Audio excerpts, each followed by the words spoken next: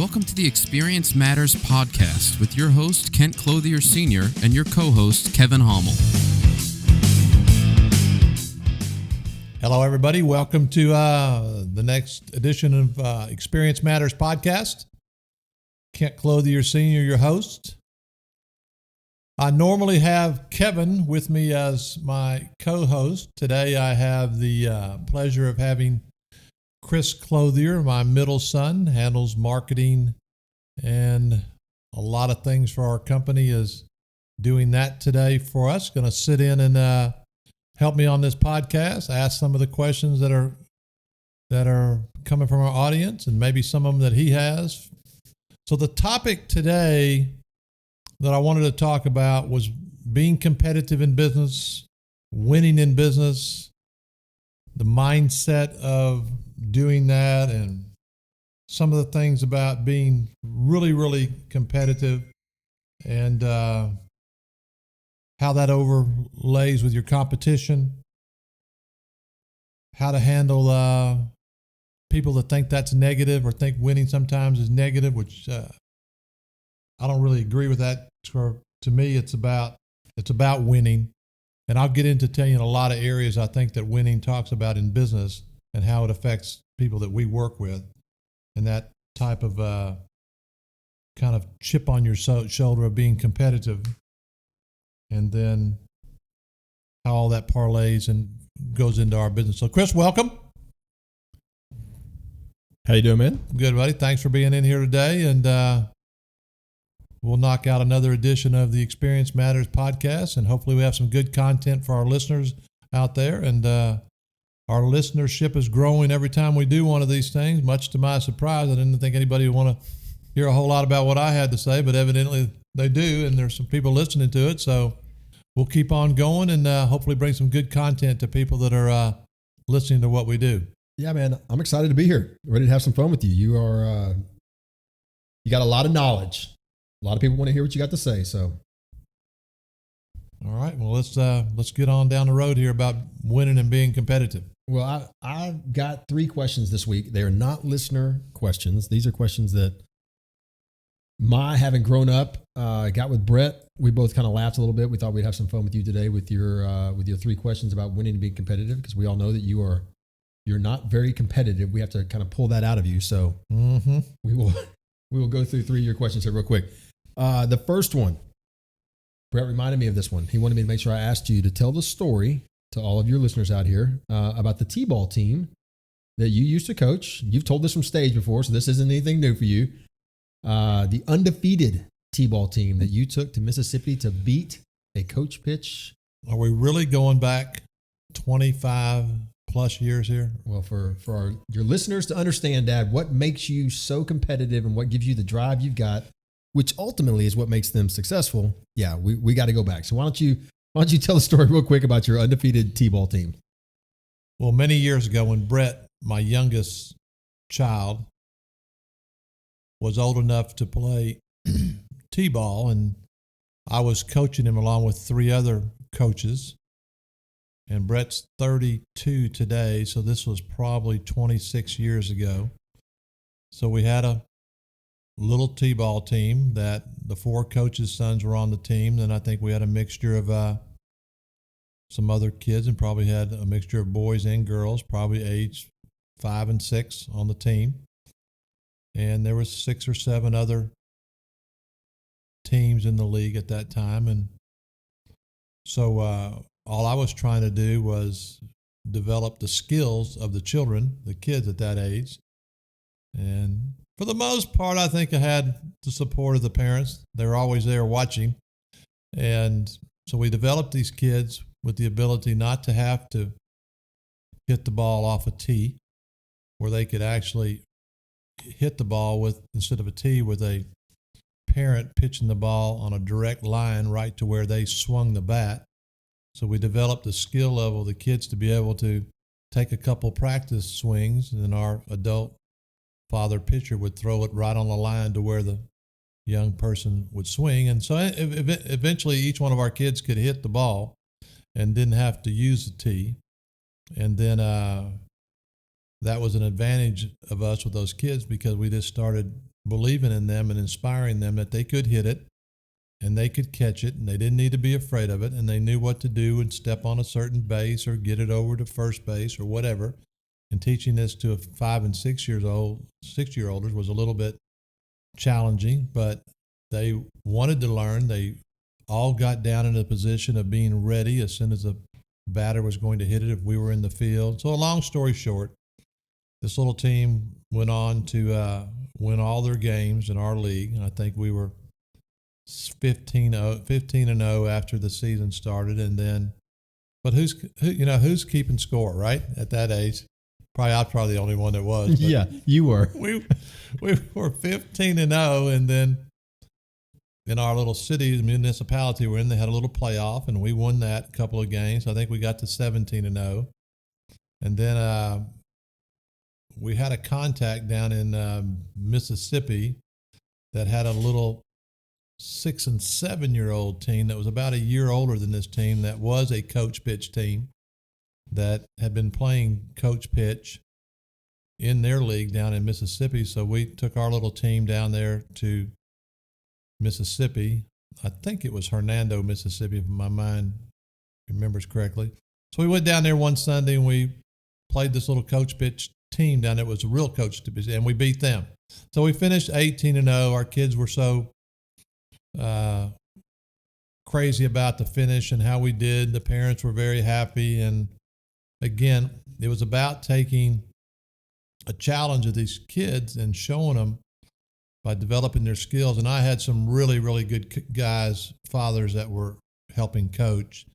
One of their fathers today, or moved on, later on with his son, became a really, really good football player. The other coach, his son, or the coach was a pitcher at a major college and when he was in college. So we had some really good coaches that helped us take these kids that we broke up in groups and split them up into little different groups and work on their skill level, whether it's hitting, fielding, or what base to go to and different things. And it was really amazing watching these kids do these really, really cool things at their age, and just reinforced with me that if you work with people on their skill level, they can win, they can be competitive, and they can do really, really cool things. So yeah, that's part of that story. I don't know if that's anything to be proud of, but I think the kids today, I still know several of the kids that were on that team, and it was a pretty cool thing back in there. But I don't know how it went over with all the parents, but I think it was all right. Was Mark Cobb on that team? I don't remember whether Mark was on that team, one of our salespeople that work here. That might have been when we were doing the soccer thing way back when they were really, really young. But anyway. So you can teach anybody to do anything. That's the point, right? Well, I don't know if I can, but I just know that people that you coach and coach up and inspire and teach, and they have skills, can be developed to do unbelievable things if you just have faith in them and show them and inspire them and encourage them and try to get them to believe in things and not be. In this particular case, a lot of the kids at that age were afraid of the ball. They didn't want to be hit with it, even though it was a little bit softer ball. But they were able to get in there and hit it, and that, of course, their self-esteem went way up, and their skill level advanced a lot in that 2 or 3 months that we were with them. All right, so we're gonna fast forward. All right. I'm not sure how many years this is. We're gonna fast forward back to just a few years ago. Some people know, some don't, that you were a competitive softball player. You traveled the country, and you put together teams of players like yourself that wanted to go out there and compete. I think, I don't remember all the age groups you competed in, but I do know that you eventually got to the point where you had teams that were competing for the national championship in big tournaments. You had to qualify. You had to get there. You had to go and play teams from all over the country. Is that about right? Yeah, I started at an over 50 league or over 50 traveling team around the country with 15 guys that were from about 6 or 7 states. And then it went to over 60. Yes. All right. So I will never forget, you came back from a tournament. I think it was your first time to go and have a chance to win the national championship. You took a team up there. You finished second place. I think Carol, who back then was greeting anybody that would walk through our front doors. She was so excited for you to walk in. She wanted to know where the second place trophy was. She wanted to display it, and you didn't have it. What happened to it? Threw it in the trash. And you're going to have to explain where you threw it in the trash and why, and so everybody can kind of understand. We had a lot of tournaments that we played in, won some, placed in some, didn't place in all of them. But whatever, they usually give a trophy to the first, second, and third place team, and I didn't want the second, third place trophy, and I would always throw it away when we were leaving the park, because if you're not first, you're last. And one of the guys on our team would always take it out of the trash. So somebody on our team back then has got all these second and third place trophies in their house somewhere. I don't know. I didn't want them.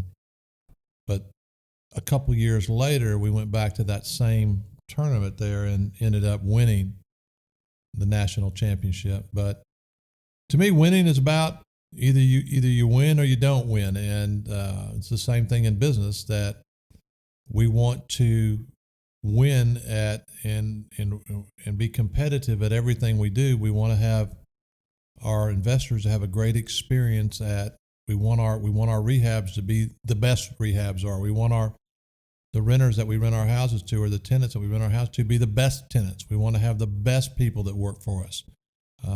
So being competitive in all those areas, and in our competition in all the cities that we're in, we want to be the best at buying all the houses that are available. We want to be the best at everything we do in every city for all of the people that, whether it's our vendors or whether it's our residents, whether it's our employees or whether it's our investors. And that's, to me, is part of kind of achieving and being competitive and winning. So you threw it away because being second, while being incredible and being awesome, and that the second best team in the country, that wasn't your goal. Your goal wasn't to be second best. You were putting a team together. I remember you came back and you even kind of put together your team. You retooled your team. You made some changes to get the players on there and to get the positions on there to win. Is that right? Well, we had to. The ages, of course, change every year, so we had to bring in some new guys and continue to develop guys that were coming onto our team and to get better. And like I said, this was kind of a select team of guys around the country, and we would kind of have some turnover every year as we tried to always get better. And finally, one year, the magic all worked and everything clicked, and we got to that goal that we wanted to get to of winning the national championship for this. I believe at that time it was a 55 and over team about 10 years ago that happened. Yep. So for all your listeners out here, the reason why I asked those two questions, and it kind of goes right into the third one, and you've already talked a lot about it, but I mean, it's important that people understand how the way that you view those things outside of business, how they shape and affect this business. How does your view on winning, how does your view on not wanting to be in second place, how does your view on being willing to go back and make changes to be the best, how does that affect them? How does that affect the return they're going to get, the experience they're going to have? I think most everybody can kind of figure it out, but this is unique. This is, as you know, a lot of people, they come to our offices and they meet everybody, and one of the first things they say is that they don't have the same drive. They don't have the same, they don't have a Kent Clothier Sr. sitting there in their office. They're not you. So I want you to expand a little bit, man. How does that affect the clients of Memphis Invest or any future investors on the kind of experience that they can expect based on the way those two stories? Well, when I was young and coming up, when I first started working, there was a lot of negativity around me. A lot of people were talking about how some of my ambitions and some of my goals and things were not really going to line up with my education and some of the things that people knew about. And it was kind of negative. So I took that negativity and turned it into action and being almost like personal and having the last laugh, as I was going to take that drive and competitiveness and use that energy to push forward to be successful and try to be the best at whatever we do. And for our investors, that we want to have the best home inspection. When we get a home inspection in here, that's 100. and our renovation guy got 100 on it. We take that, we frame it, we send it out, we make a big deal out of it, because we do get now quite a few perfect home inspections, but not as many as I'd like. And those are big moments. And we're pushing for those from our investors and our rehab guys, because I want them to be that kind of competitive. And now we have 8 or 10 rehab guys, and every one of the home inspections that come in, we rank them. So we know who's got the highest scores on the home inspections and who's got the lowest scores. And obviously our lowest scores are those couple of guys. They got to get it up. They got to get better. They got to be more competitive. They got to do a better job. I expect them to do more. I want them to do more. I'm inspiring them to be better. But also at the same time, you see a couple guys at the top that have almost perfect scores on home inspection. So we expect that. So I make it and inspire it to be competitive. And whether they're saving money on products that we buy, on being competitive and negotiate. And we also rank who is the best negotiator as far as prices are concerned. And it's the same way when we rent houses. Who rents the houses in the quick amount of the quick amount of time, the shortest amount of time, and has the best resident that we put in the houses. So we look at that. So there's a lot of different things for our investors that we look at from a competitive side that is really good for them. And even from our employees, we want to have a great workplace for them to work in. We want to have a balance between life and working, and make sure that we have that. And that's part of being competitive, trying to always make that better for them, to do better than what maybe some other people are. And we're always working on that. All these things that we have a lot of work to do on them, but we want to make them better. So to me, that's part of being competitive and part of the drive. And then in our competition, at one time we were sitting here with about 1,500 properties, and our competition was pretty close to that. So today, I think in most of the markets that we're in, single family homes, we've run off and left our competition. At least I'm pretty sure we have in Memphis, pretty sure we have in Dallas on single family houses. We have over 3,000 in Memphis. Some of our competitors maybe have that. I don't think so. In Dallas, we have over 1,000 houses that we manage. We may have some single family people that do what we do in the turnkey arena that may have that many. I don't think so. So we just try to keep putting distance between ourselves and our competition to keep getting better and be more competitive each and every day. Yeah, it's a few of the things I heard in there, Dad, that, and of course I know this because I'm around it all the time, but the ability to think ahead, as if every time you get to the top of the mountain there, you see there's a little bit more mountain left. There's another peak to try and get to.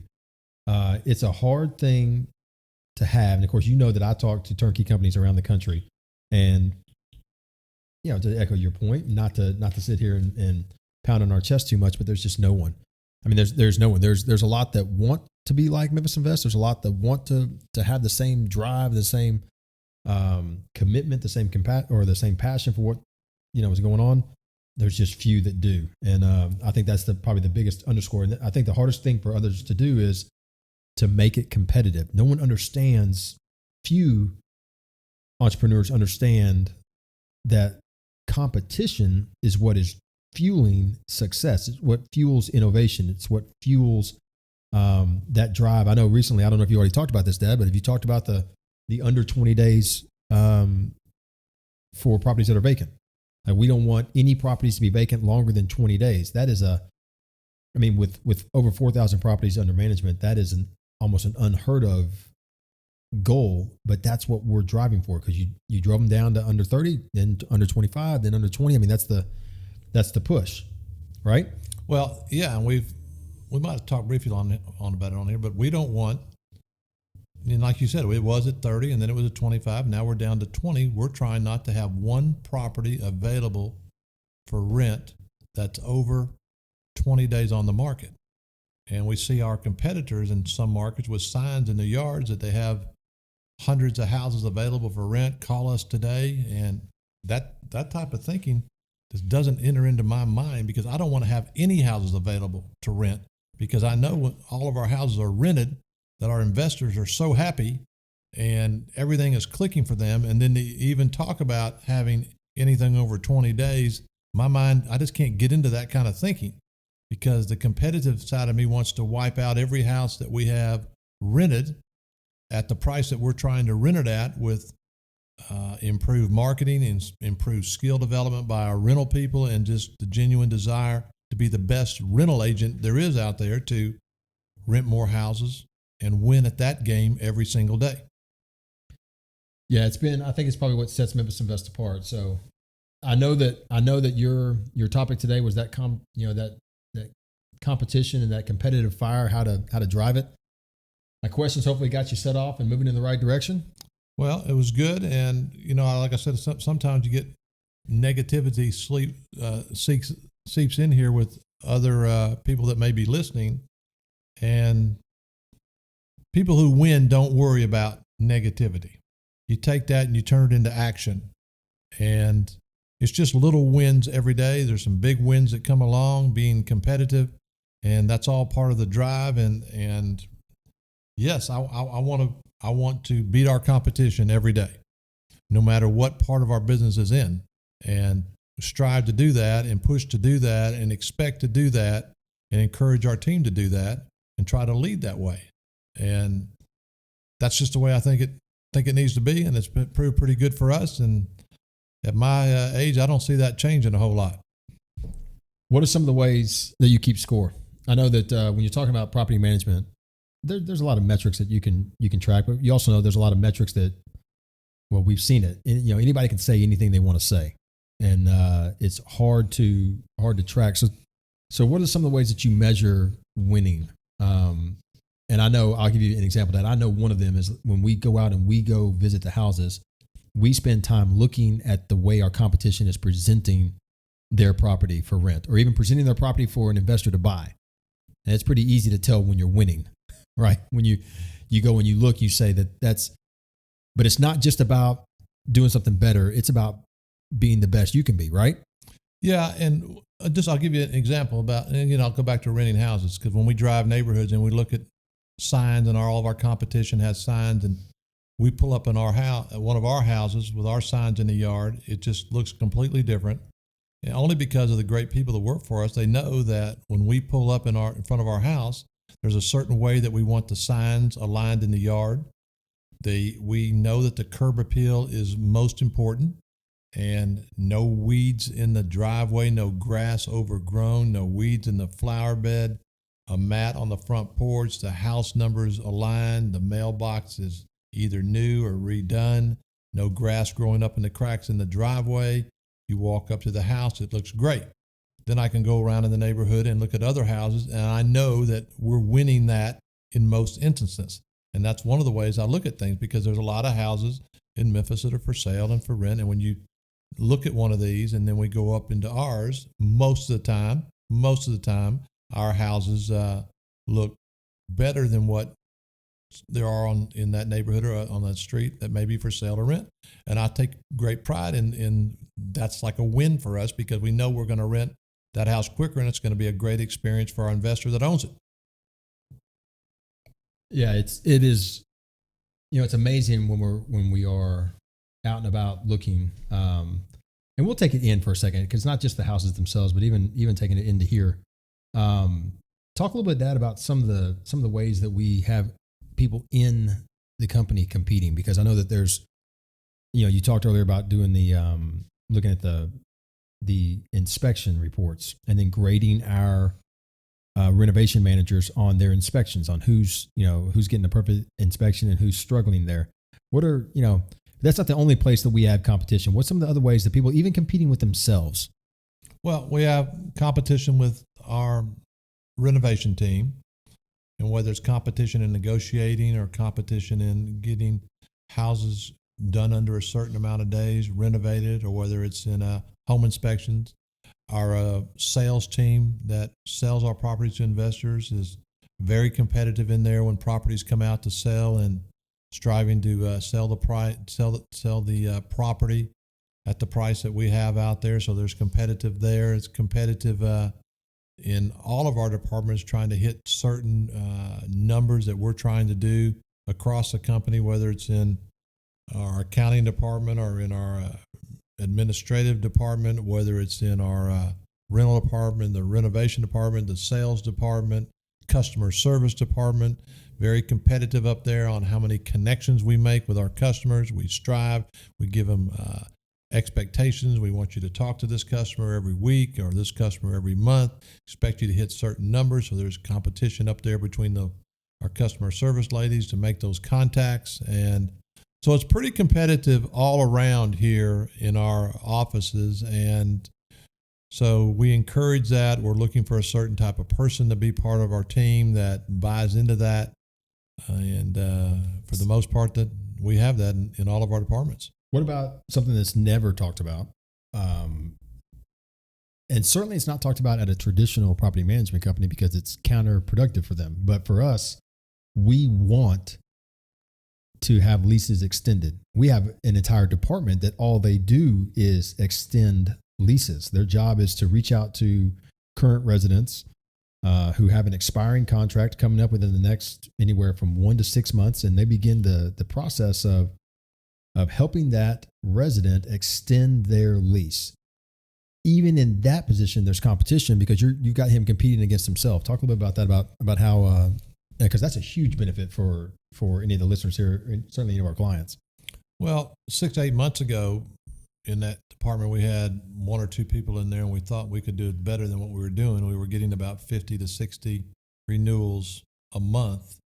So we changed it up in there and got some new people in there and encouraged them, challenged them, gave them some goals that we wanted to hit and some expectations. And now we're doing almost 100 renewals every single month, where we take a tenant that their lease is about to expire within the next 6 months, and we're already working on them on a new lease or a new lease with an increase for the first or second year. Our typical lease is 2 years, and when we renew, we're trying to get another year and another year, trying to get 2 more years with an increase, which most of the time we're able to do that. So again, there's competition in there to take hundreds of renewals that are going to expire in the next 6 months and turn them into new leases, which is a big win for our investors every time that we can do that. And so there's a lot of competition in there to see if we can get to 75, 85, 90, 100. We've gotten to 100 a couple of times. So we're pushing for that every single day to try to push even further than what we're doing in there. Chris, been a little over 30 minutes. We don't usually go this long, but we going to wrap this thing up. Do you have anything else today to add? No, anybody that's heard me talk should expect this would be the longer one. The longest one you've done yet when you invite me on here and give me a microphone. You set another world's record. And when Chris talks, everybody listens, and they're going to listen for a while. All right? So, now, hopefully this content was good for you today about winning and being competitive, especially for entrepreneurs, especially for new business people. You just have to, you got to have some kind of desire to be competitive and win. And it's little wins, it's not big wins. Then you'll get to the bigger ones as you go along. But again, thank you for listening today. Hopefully this helps you, and everybody on our listening audience today, have a great day. Thank you. Thank you for joining us on Experience Matters. You can listen and subscribe to us on iTunes, SoundCloud, and Stitcher. Be sure to visit us at memphisinvest.com.